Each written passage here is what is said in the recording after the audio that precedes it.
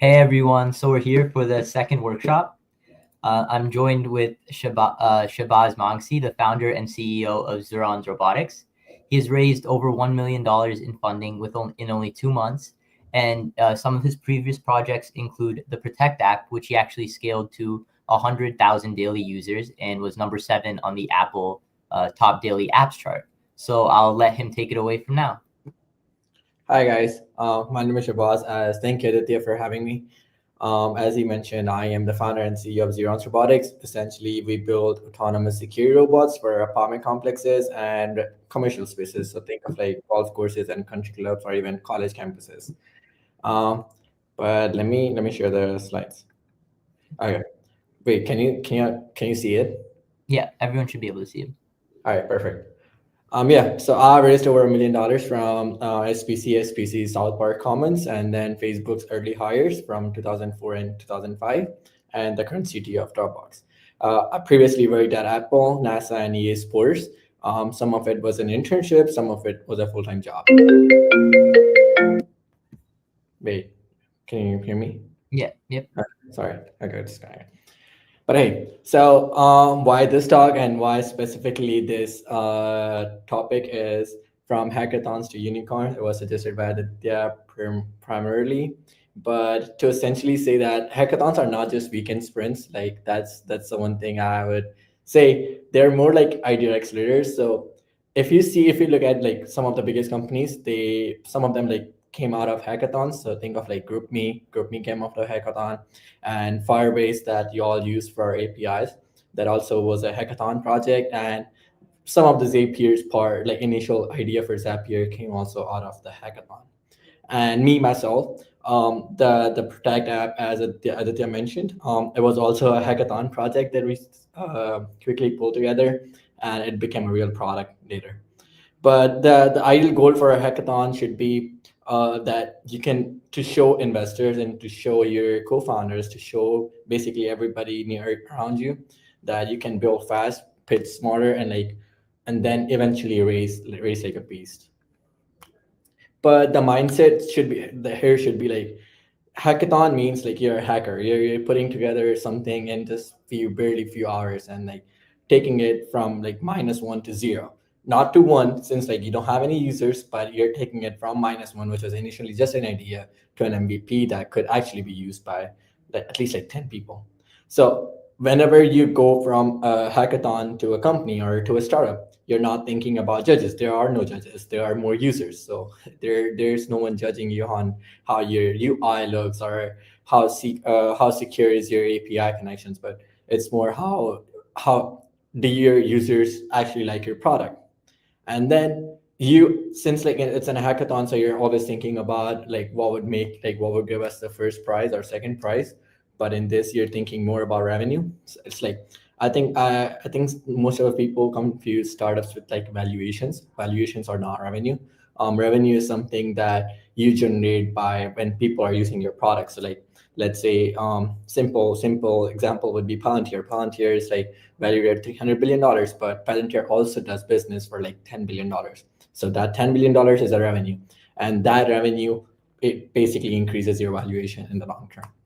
And hackathons are also being I've been a part of hackathons, and I think most of the people confuse these hackathons with like short-term hype, which is like let's say you build a really cool product, and like people around like gather around you and like ask you questions. Hey, this is a really cool product, but like at the back of your mind, like this is not something that people would be like so eager to use, right? So in startups, that's not the case. You think about things that people are willing to use like over 10 years. Like let's say Instagram came in like 2012, but it's 2025 and people are still using it and people still love it. And same goes for Facebook, WhatsApp, or all these apps are out there. Well, after that, it's so let's say you build something on a hackathon, right? And now it's an MVP. So MVP is not the real product, right? It's just a starting point. MVP is something that you pull like 3 APIs, and like you design a basic onboarding screen where you're asking phone numbers or basic names, and then You have like a feed. I'm just giving you an example for a social app. So like it's a feed, right? That's it. That people can like just read each other's posts. There's no likes, there's no comments, there's no timeline, sharing, profile pictures. There's nothing like that. But that MVP is basically the perfect starting point.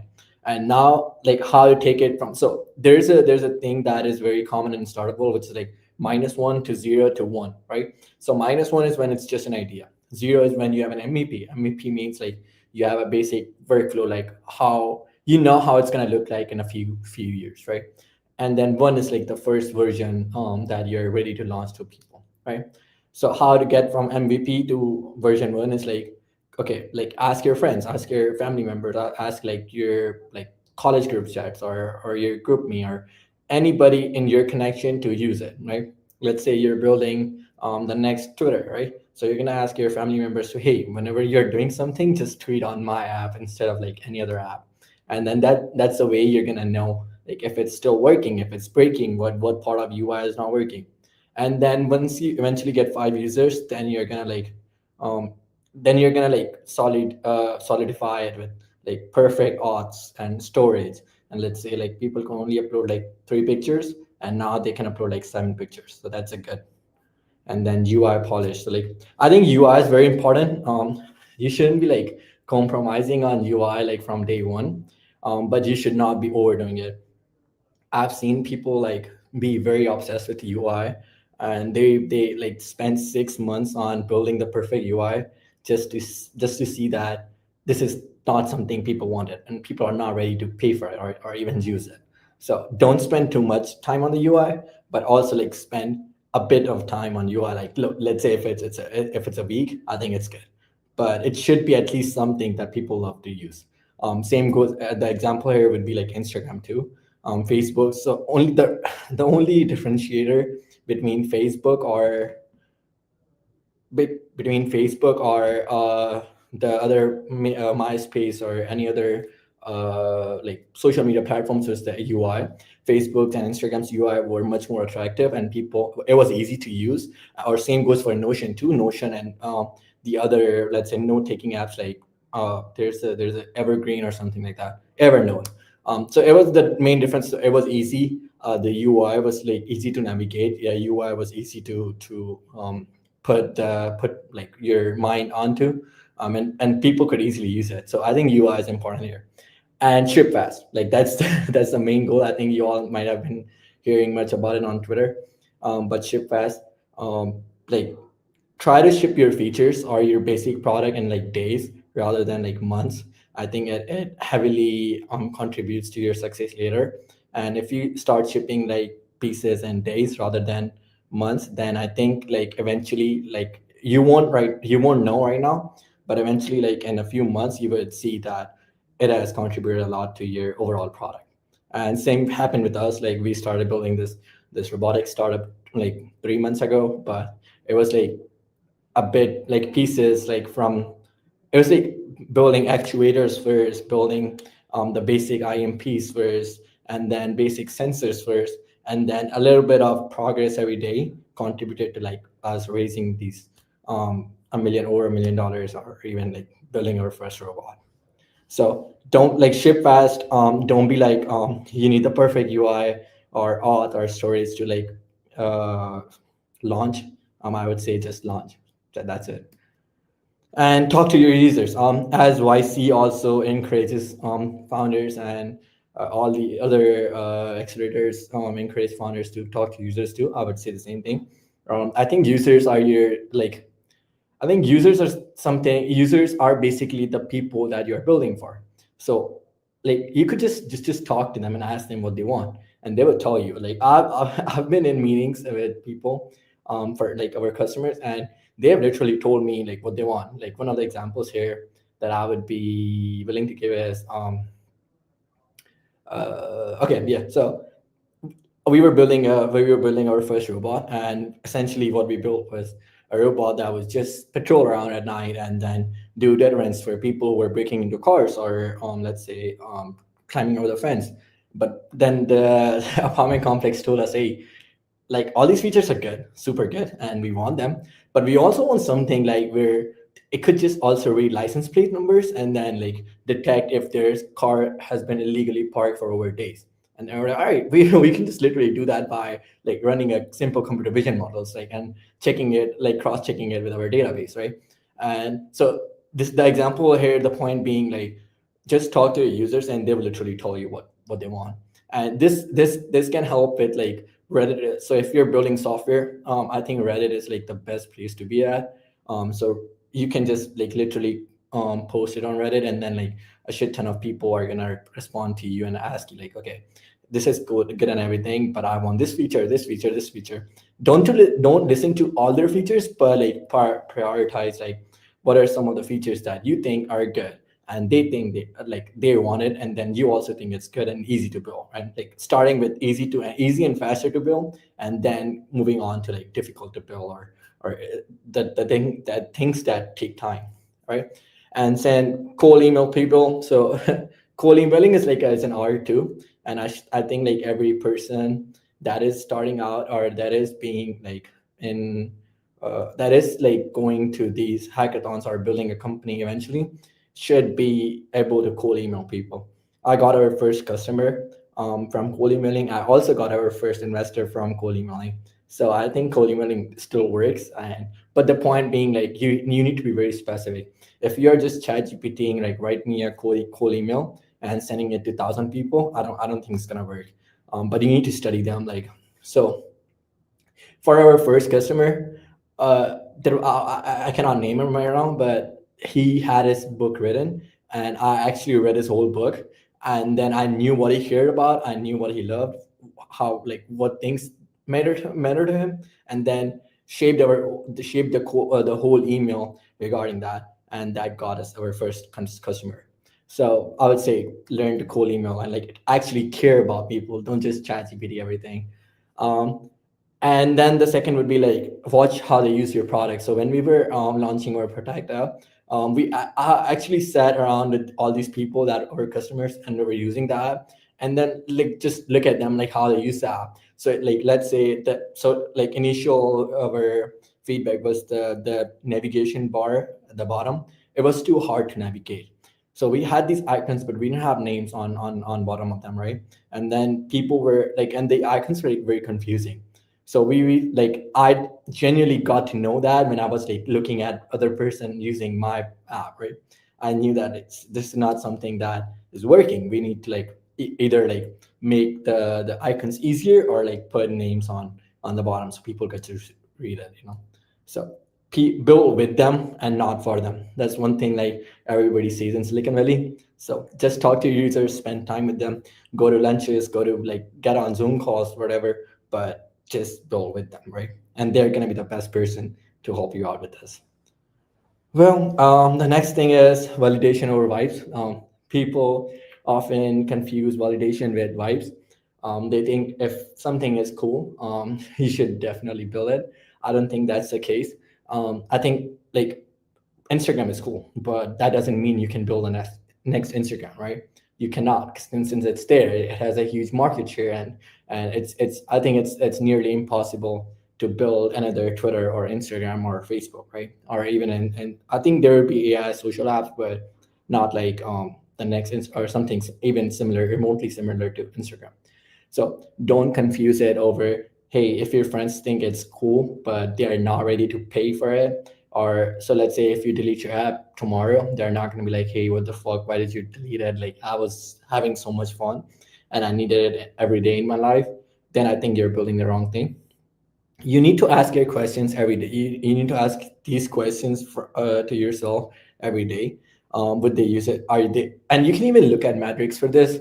You can actually look when how much people are using it on a daily basis or a weekly basis, and if it's a paid product, are they paying for it? If your consumers are not, if your subscribers are not converting into paying people, I think that's a huge factor to look at. That means there's something wrong with either with your product or either with the pricing, or there is something actually wrong. So you need to figure out like what is wrong and how to fix it. So like these three things are like major cornerstones to see if you're building the right thing, if the thing you're building is gonna end up being a unicorn or not. And the pitching. So let's say you have now, so now let's say from -1 to 0 to 1, now you're at 1. You have a perfect product, you have like hundreds of people using it every day, and it's good, it's very useful and people love it. And tomorrow if you delete it, they're gonna be like, what the fuck? So that's like you literally have something that is very helpful now, right? So now how do you get investors? So the way to get investors is basically so there are two ways. There's first is accelerators, which is like Y Combinator, or there's this thing run by South Park Commons. It's called Founder Fellowship. There is Neo. There is HFO, and there's AI grant. There are like so many accelerators that basically invest like more than $1 million to you, or like 400K, or like whatever the amount is. They invest in you, but that depends on solely the team and not the idea. These accelerators are mostly like towards people focused rather than idea focused. And the other way is like get angels. So I would like, if you have gone to Stanford, Harvard, or MIT, I think most of you know this, but it's one of the things that also like is it's a huge backlash to all these accelerators out there. But it's true that if you have gone to all these Ivy Leagues, or like MIT, Stanford, Rice, or like whatever the big school is, and you have worked at like really cool places like that are growing, like OpenAI, or Anthropic, or Palantir, or like Anduril, or like things like that, I think you would have an easier time raising the money, since like they know that you're smart enough, and then you have worked at these things, and then you have an experience, and they can just throw money at you. um, but if you have not gone to it, then you only rely on like your product, right? So for me, I haven't gone to any Ivy League school. I haven't gone to any MIT, Stanford. I did work at NASA and Apple and EA Sports, so I think that contributed to me raising all this money. But we also relied on our product. So in just 2 months, we built our first robot that was like insanely fast. Companies usually take like 12 months to build their first humanoid, and we only took 2 months. So that is a huge win, I guess. Um, but things like that matter. So and the main thing here would be, so like, since like now you have a product, and if you are going for a product based approach, right, now you need to have a blurb for yourself, right? So what is the big problem? So every startup solves a problem. Facebook solved a problem for like world communication. Palantir solved a problem for national defense, and like SpaceX solves a problem for like making Mars habitable, right? And all these companies are solving a big problem in a very unique way. You need to figure out what problem is your app solving. Not figure out, but like you need to build an app for the problem you're solving, right? And like the big problem, and then the unique insight you have. That unique insight can come from your users, like the way you have been seeing like your users use, and like you have something that is not available with other like apps or existing solutions, right? So let's we will take an example for Instagram here too. So when Instagram was starting out, the only unique insight they had that differentiated it from Facebook was Instagram would let you like put these colors or like filters on top of your pictures, and then you could share these pictures on Facebook or whatever, right? So the unique insight that they had was like people love colors, and people love like making them look like better, or more beautiful, or like like how filters work, right? So that the unique insight was here, that people love filters, and this is the same insight that Snapchat also built on. Snapchat thought like, hey, people love filters, but people also love when they don't have to be embarrassed by all these pictures they have like on Facebook from like 10 years ago, and they're embarrassed of like old pictures. So they need to build something that disappears like within 24 hours. So that is the unique insight they build on, and now Snapchat is like a $30 billion company. But yeah, then the third point is what you have built so far. So I think the same thing comes here, like speed. How fast are you building? So let's say you started from a hackathon. Did you build your first product in a week or 2 weeks, or did you take like 6 months? If you have taken 6 months, investors would be really sketchy to give you money, since they have an idea that you're moving so slow, and nobody wants to like fund a slow startup. they all want to fund like rocket ships, like startups that grow so fast. And like the bare minimum right now has become like days, since like there's Cursor and there's like all these vibe coding apps. Like you can literally build an app in like a day or two, or like even a like minimum a week. You cannot take more than that. So, and then the bigger part here is like traction, the distribution. So how many people do you have like using your app? Is it like just 3 people, or is it like 300 or 30? It matters even if you have 3 people, but it's gonna make it easier for you to raise if you have like a 300 people user group that are using your app like 24/7. And then the most important question in early stage startups that's like been asked is like, why you and why now?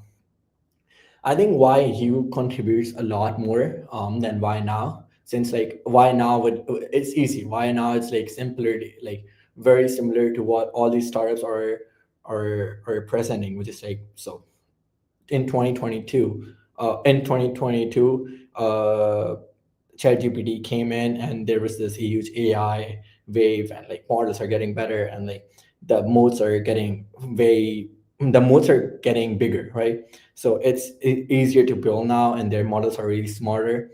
And then there's all these apps. The user base has gone like to super big. Now more people are encouraged to use AI in their work or daily lives rather than a small group, which was the case before. So why now is easy, but why you? Why is there like, why cannot a 21-year-old from Stanford or MIT can build the exact same thing and beat you?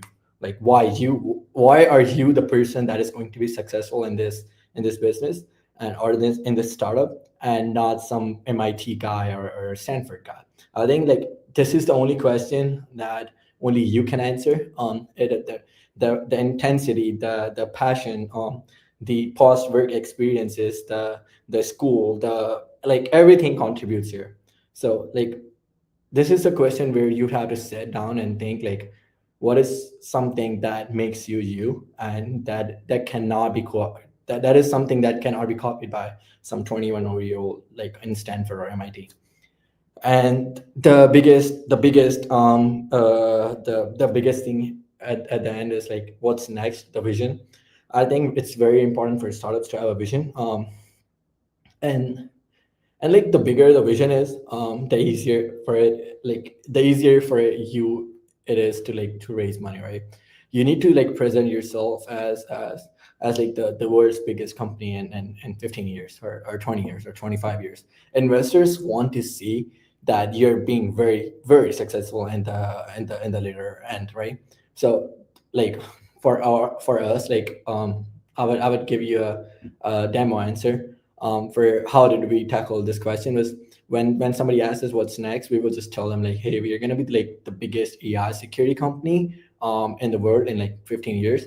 And like we are starting off with robots, but eventually we are going to go into like these drones, these humanoids, these all these things. And like the market here is massive, right? So there's two things that are not going to be affected by recession. It's like food. You always have to eat food, and then there's security. You always need to feel secure. So it's something that cannot be replaced, right? I know that there are going to be like major players showing up in like a few years, but there's no one right now, so that's a good thing. And then the vision here is to be like the company that also that controls everything, that has robots on your border, like as your border patrol. They also have like robots on your college campuses, like so there's no school shootings. Or then they also have like in your homes, and they also are like outside of bars and clubs, like people are like physical people, like bouncers are checking IDs. And I think they could be replaced with humanoids, which is easy. And they could be like a minimum cost to maximum value. So it's easy to answer what's next if you have an idea of what you're doing. um so this is the life example that I was talking about before.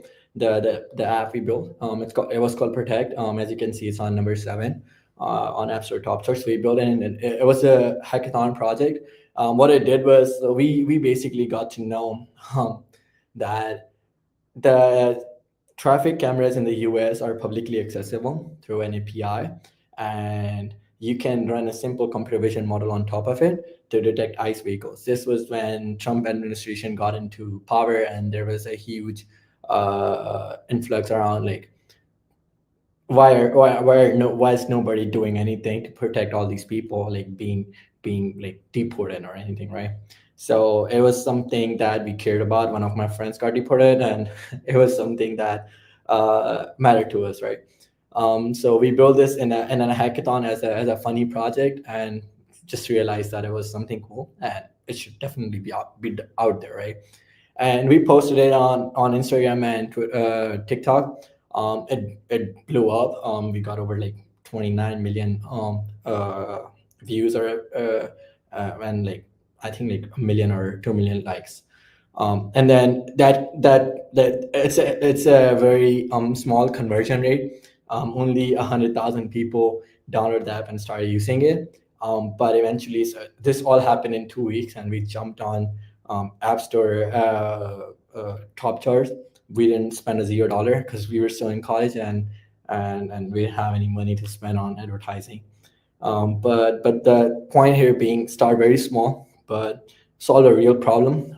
This was a real problem where people could not, where people didn't know where ICE was gonna rate, or where people didn't know like what how to basically hide, or not hide, but like how to protect yourself from ICE vehicles, or like all these homeland security officers. So we solved the problem, and it blew up, and then we got a legal notice from someone very popular that I cannot name. But basically, it was like we are aiding and abetting criminals, and it was like against U.S. law or whatever. And we just realized that it wasn't something that we could pursue for a long time. It was a good success. At the very least, we could eventually show it to our customers or investors, but it wasn't something that was gonna make a $1 trillion company, since like all these like ICE sightings are gonna eventually decrease to zero, and then there's no business after that. So it was a cool project to start though. But what investors actually look for? Founder market fit, as I told you. Why you and not like some Stanford guy that could replace you? The speed of execution. How fast are you building? Are you building it in 2 days, or are you building it in 2 months or 2 years? If you're building it in 2 months or 2 years, I don't think investors actually appreciate that, or even like that. And even you, if you yourself ask yourself that, might you would not invest in someone who is building something simple and like 2 months rather than 2 days. And then there's early proof. I very much think that like slide decks and pitch decks do not work anymore. Being part of the current Silicon Valley, it's all about your users. It's all about the things you're building. And so I'll just take an example of my example right now. So we did not have a pitch deck. We did not have a slide deck when we were raising all this money. We just went everywhere with a robot and just showed them like, hey, this is what we have built, and this is solving this, and this is solving this. We have like this customers, and they are gonna pay it like whenever we like hard launch it. But like we have early proof of like concept that is easily mass manufactured. Then the big vision and the bold pitch. You need to be very confident. I think confidence is the key. If you're like if you're like someone who is lagging, or who is someone like who's like not even believing in himself, then it's very hard for investors to actually believe in you. You need to believe in yourself first. And that's it. That's from Hackathon to Unicorn. I'll just repeat it like a small summary again. It's a journey, but the path starts today. As Aditya, I think, mentioned, like you guys are having a hackathon. I think like you should take it more seriously. You should take it more of a startup accelerator than just a simple hackathon that you're being part of. And just build fast, talk to your users, and you can even get your users from like nearby people around you on a hackathon. And if it's online, you can just text them, and then pitch clearly, raise with confidence, and do not ask for permission. I think you can ask for forgiveness later than asking for permission. That's one thing that I've always lived upon. But yeah, if you have any questions, I'm not sure how to how people are gonna Yeah. ask questions here. Yeah, so they can definitely reach out to you through Twitter. Yeah, I can also give you the invite link to our Discord, and you can join there. And I can provide the participants with your Discord if they want to ask you any questions. that sounds good. Yeah. Well, thank you so much, Shabazz. It was really amazing hearing from you. I think the participants will have a lot to gain and kind of take a completely new approach to the hackathon, which can definitely really benefit them. And yeah, thank you so much. We'll see all of you in the next workshop. Sounds good. Thank you so much, Aditya, for having me. All Yeah. right.